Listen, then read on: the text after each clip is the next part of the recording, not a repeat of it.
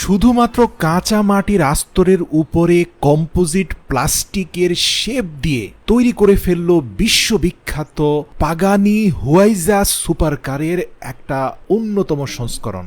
ভিয়েতনামের যুবক নেট মল হচ্ছে এমন একটা ছেলে যার কাছে স্বপ্ন ঘুমিয়ে দেখার জিনিস নয়, তার কাছে স্বপ্ন হচ্ছে সেটাই যেটা তাকে ঘুমোতে দেয় না। প্রচণ্ড পরিশ্রমী স্বপ্নবাজ এই তরুণ করে দেখালো মাটির আস্তরের উপরে কম্পোজিট প্লাস্টিকের শেল দিয়ে অন্তত গত ১০০ বছরের মধ্যে অন্যতম জনপ্রিয় ইতালিয়ান ব্র্যান্ডের পাগানি হুয়াইজা সুপারকারের একটা ইন্সপায়ার্ড ভার্সন। চলুন প্রিয় দর্শক, নেটের এই বিশাল কর্মযজ্ঞ আপনাদের সামনে তুলে ধরি।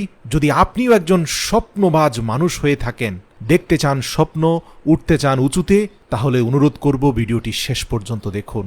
নেটকে দেখুন, তার বন্ধু পুরনো ভাঙাচোরা একটা গাড়িতে আরেক বন্ধুকে নিয়ে চলে গিয়েছে, কিন্তু অপমান করে তাকে রেখে গিয়েছে। সদ্য অটোমোবাইল ইঞ্জিনিয়ারিং কমপ্লিট করা নেটকে খুবই আঘাত দেয় বন্ধুর এই আচরণ।